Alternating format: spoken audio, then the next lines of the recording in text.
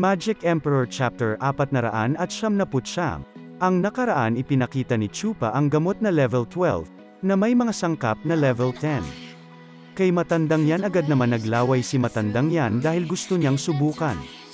Kaso mamahalin sangkap nito level 10. Pag nabigo siya sayang mga sangkap ginamit. Wala siyang tiwala sa sarili niya.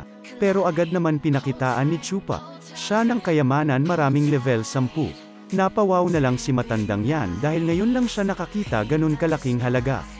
Nagpapatuloy.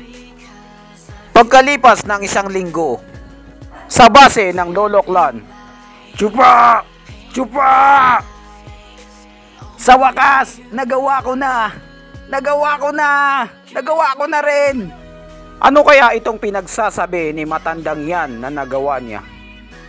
Nabigla sa kanya si Chupa at napasabi na lang ng, "Oh." Ipinakita na ni matandang yan ang kaniyang nagawa kay Chupa. "Chupa, ano sa palagay mo itong nagawa kong 10 grado na gamot? Subukan mo para malaman mo ang epekto." Agad naman itong kinuha ni Chupa. "Hehehehe, nagamit ko nga pala ang lahat ng sangkap dyan. Wala nang natira." "Hindi na masama, ayos itong nagawa mo." Mataas na kalidad ng 10 grado. Ito ang unang paggawa ni matandang yan. Nakaka-curious yung pusa na nasa likod. Nakikimarites rin para siyang spy. Gaya nga ng inaasahan kay hari ng masamang damo. Ang paggawa niya ng gamot ay pambihira, walang katulad. Lubos na humanga si Chupa sa unang nagawa ni matandang yan. At agad namang kinain ni Chupa habang mainit pa. At biglang nakaramdam ng kakaiba si Chupa. Lumakas siya na parang naka-full charge.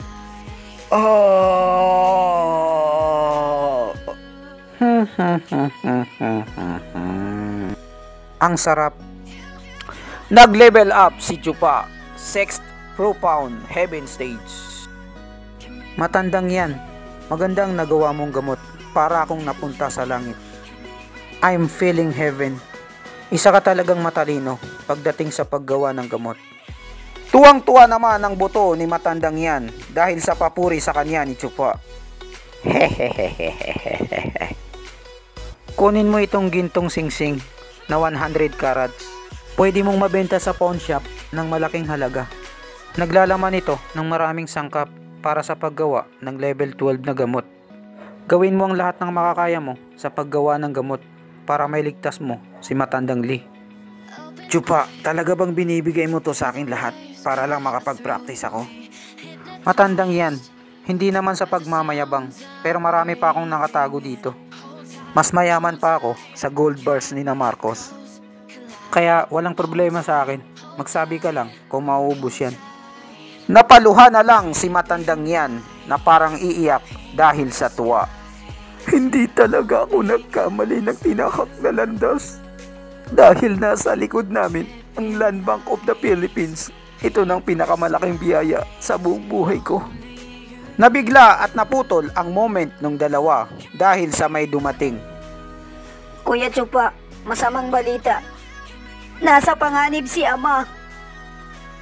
Si Dugo Santian ay isang matapat at makabayan. Batang master. Alam ko ang araw na ito ay darating din. Ngayon at magpakailanman. Pero, Kuya Chupa, alam mo na pala. Ano pa bang nasa isip mo? Matik na yan. Kaya ko nilabanan ng pamahalaan. Kahit na alam kong napapaligiran na tayo ng hukbo ni Dugo, deadma pa rin sila sa akin. Hindi ko sila pinansin. Ha ha ha ha ha. Ha ha ha ha ha. Dahil alam ko na may isang tao dyan na galit sa kanya. Gusto niyang mamatay na si Dugusan kaysa sa atin. Ibig mong sabihin, mga taga Mindanao? Sa palagay ko, inutusan ng matandang hukluban na yun ang mga taga Mindanao para palibutan siya. At ngayon, umiiyak siya at humihingi ng tulong. Ngayon, alam ko na. Now I know. Kuya Chupa, kailangan nating tulungan ang aking amain. Ang mga taga Mindanao, siguradong gugutumin nila si Ama. Mamamatay siya sa gutom. Kailangan na nating kumilos ngayon. nauna. At bakit? Para saan? Bakit naman natin kailangan kumilos? Bakas sa mukha ni Yunhai ang pagkabigla dahil ayaw palang kumilos ni Chupa. Siguro tinatamad na si Chupa. Batang master, si Dugo Santian ang may kagustuhan nito. Siya mismo ang pumutol sa masamang ugat na ugnayan ninyong dalawa. At ngayon, naging magkaaway na kayo. At ngayong nasa bingit na siya ng kamatayan. At ngayon, humihingi siya ng tulong sa atin na tinuturing niyang mga traidor sa bansa.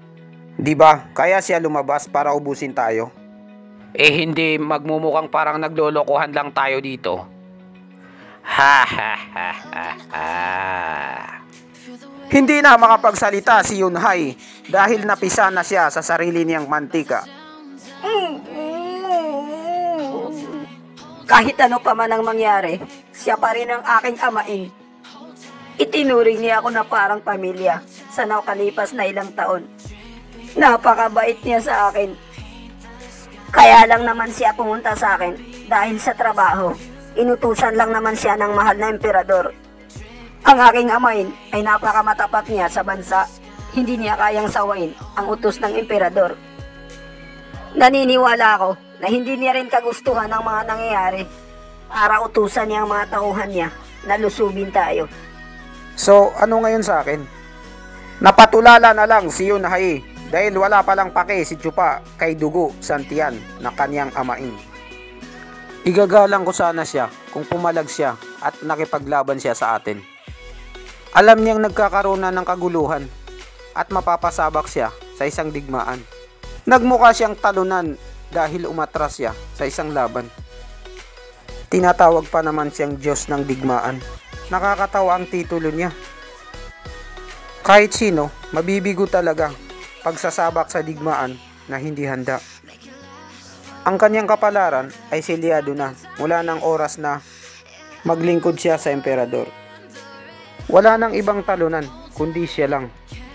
Hindi niya na alam kung anong tama at mali. Hindi niya na rin sinusunod ang kanyang puso. Nanatili na lang siya sa pagiging matapat sa kanyang kamahalan. Siya ang pinakamalaking tanga. Medyo napataas ang boses ni Chupa. Isa lang talagang nararapat sa kanya, kundi ang kanyang kamatayan. Tama ka dyan, Chupa. Naniniwala ako sa sinabi mo. Batang master, ang matandang yon ay nakipaghiwalay na siya sa'yo. At gusto niya pang patayin ang kanyang inaanak dahil lang sa isang utos ng emperador. Bakit kailangan mo pang tulungan ang nabigo mong inaama? Tinamaan ng emotional damage si Yunhai. Kuya Chupa, natatandaan mo pa ba nung nasa gitna pa tayo ng kahirapan? Pwede mo naman kaming iwan sa mga oras na yon. At pwede kang mag-travel mag-isa sa buong mundo. Pero hindi mo pa rin kami iniwan sa gitna ng kahirapan. Ikaw ang nag-aruga at nagpalaki sa amin kasama si Captain Pang. Lumaki ang mata ni Chupa dahil sa drama ni Yunhai. Nakipaglaban ka sa maraming kaaway para lang mailigtas ang buhay namin. Bakit? Napapikit na lang si Chupa at naghahanap ng may sasagot. At agad niyang itinuro ang kaniyang puso. Dahil dito. Tama ka. Dahil din dito. Itinuro din ni Yunhai ang kaniyang puso. Yan ang tinitibok ng aking puso. Hindi ko siya kayang palayain. Nabigla na lang si Chupa sa sinabi niya at napatanong. Ano? Ang ibig kong sabihin, ang demonyong puso. Napabulong na lang siya sa sarili dahil hindi naintindihan ni Yunhai yung may pa-heart pa. At dito nagtatapos ang chapter 499. Maraming salamat sa panunood, sana nagustuhan nyo. Mag-subscribe para laging updated.